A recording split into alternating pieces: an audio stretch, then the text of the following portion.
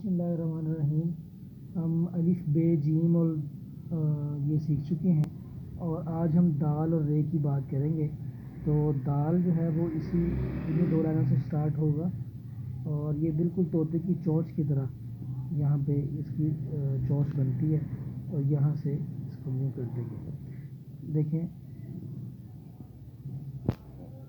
इसकी ये बिल्कुल तोते की चोंच जैसी यहाँ पे बनेगी और यहाँ से इस तरह से दोबारा देखें।